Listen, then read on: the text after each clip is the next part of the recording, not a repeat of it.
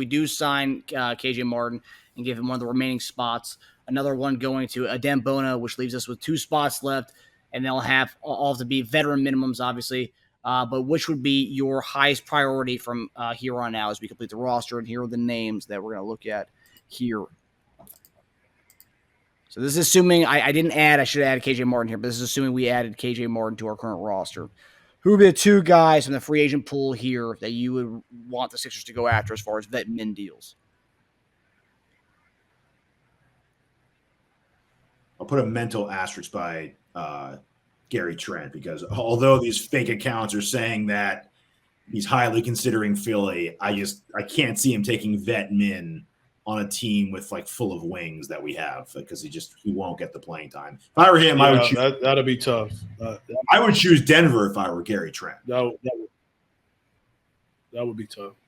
1 year, Denver would be good for him.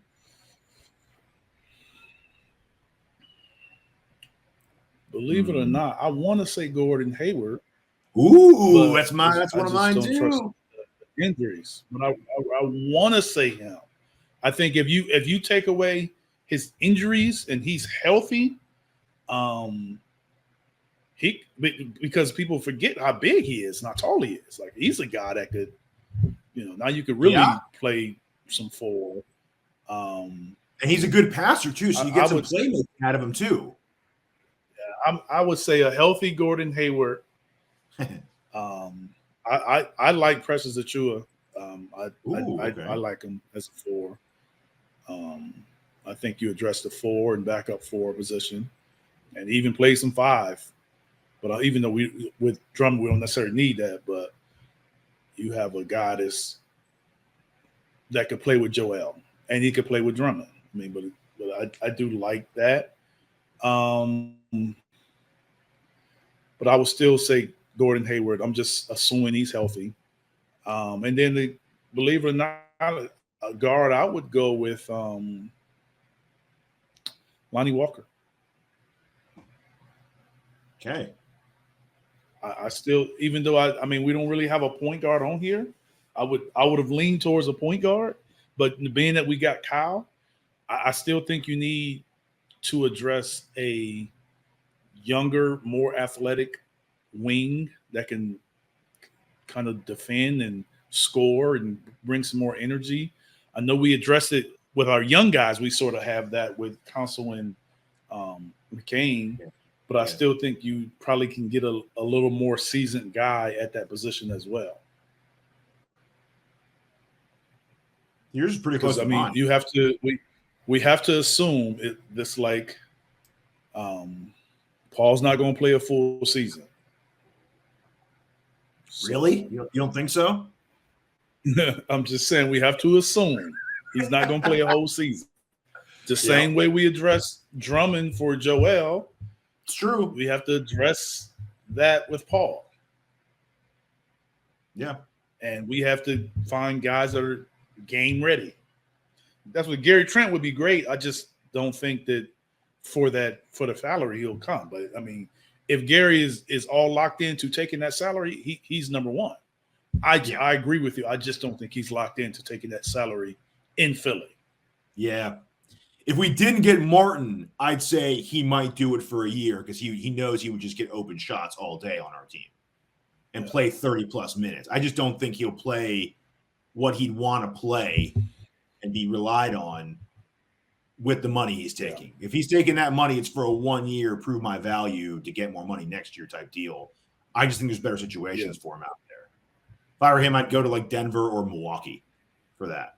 He'll get a lot of playing time on those teams. Ours are pretty close though. I kind of had it down to 4 guys. I got it down to Hayward, Walker, Morris, and Covington. So I had it down to. I like the guard. I like the scoring off the bench with Walker. You have a really good second unit if you added Walker there. Again, for him, it's kind of the same thing too. It's probably better places to go to for more opportunity. But see, for that same reason, I would think maybe Hayward would be a higher probability because if you're Hayward, you're thinking, okay, I mean, he's got to know himself at this point. He knows, like, okay, I'm not a 30-minute game a night kind of guy anymore. Even on a bad teams I was playing on, they were still putting me down like 25 minutes a game. Okay, so on a contending team, I'm around the 20-minute mark, right? So I want to contend. I want to get meaningful minutes. I want to stay healthy and not be overworked. But then every once in a while, I want to start and play like 30-plus minutes. That is very much like what we need, right? I think he'd play in the 20-minute mark a night, 18, 20, 17, 20. I think he would spot start, like you said. We know George is not going to play all season. I think he'd get a lot of minutes on the spot duty. And I think he wouldn't have to be relied upon as much as he has in the past. I think he could just come in, no pressure, do his thing. I hope playing for OKC and them not really playing him at all didn't sour him on playing like contenders. He doesn't just want to chase stats. But I do like I like Hayward a lot. I think he really help us. And he also is a good passer for being a bigger guy. Like he's a pretty good playmaker.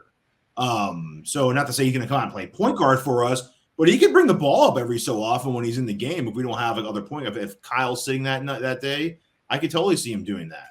And then I went Rocco and Morris just because I think we will go after more of a starting caliber power forward later on in the year.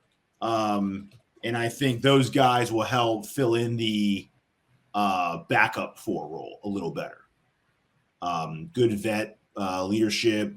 I mean, Covington, neither one of them are the defenders they used to be, but Morris and Covington can still hit open shots. They're good veterans. Covington can even play like small ball 5 every so often. But I would like either one of those guys too. So I'd go Hayward and Morris. Do. Yeah, on the Gary Trent, I know there's the false reports out there by these like made up accounts, but Tyrese Maxey and Andre Drummond of the last day have both followed Gary Trent on Instagram. He's followed them back. So if we're judging by that, Paul George and Caleb Martin did the same thing with the guys on the team. And then a day later, they signed in Philadelphia. I don't know, take it as what you will from the Instagram follows, but 2 for 2 so far this season on the follows on Instagram. And also, I feel like did any other team follow them? Probably. I have to imagine. Okay. Also, and answer this for me, Eric. Like when you're a free agent and you're seeing someone like George makes a big change to come to Philly, got Drummond. Caleb Martin took less money to come here. You see guys doing that. Does that kind of make you consider a team more than you would have like a month ago, maybe? I think it'll make a guy consider a team if they can't get the deal they want. Then they will consider that team. Yes. Yeah. So if it's come down to a very small difference going to Philly and maybe taking less, then maybe guys will consider it. But I don't think guys are going to consider it if it's a huge and bypass paydays. Yeah, I don't think so either. That's true. Also, nothing to note too. Again, I don't know how much true it was, but I had heard previously that Nurse and Trent didn't have the best relationship. So for him to choose us over other teams, unless it's been years and grass isn't always greener on the other side. So maybe he's had a chance to work with other coaches and he's like, damn, maybe Nick Nurse wasn't that bad. Actually, maybe I was just kind of in my feelings at the time. So you never know with that. You don't know. Yeah. Well, we'll know if he signs. There wasn't a problem with that. Yeah. Or either he got over it. Yeah. Yeah, I was listening to Kyle Neubeck, PHLY, Sixers insider. He was saying that comparatively with Pascal Siakam and Trent, Siakam and Nurse's relationship was pretty done, but Trent and Nurse it's not an irreparable situation. So he wouldn't be surprised if he did come and they would have no impact on him. His relationship with him wasn't that bad as what's being reported out there. So you said Pascal and Nurse's relationship was like done? It wasn't good? Yeah, it wasn't good. At the end, they were pretty much butting heads all the time with each other. Interesting. But he had a good relationship with OG, and I think OG was like his main guy. But the Trent one apparently is not irreparable, so he could, in theory, come to Philadelphia. I don't think that would be an issue. But the money's got to be right, so we'll see what he's getting on the other end.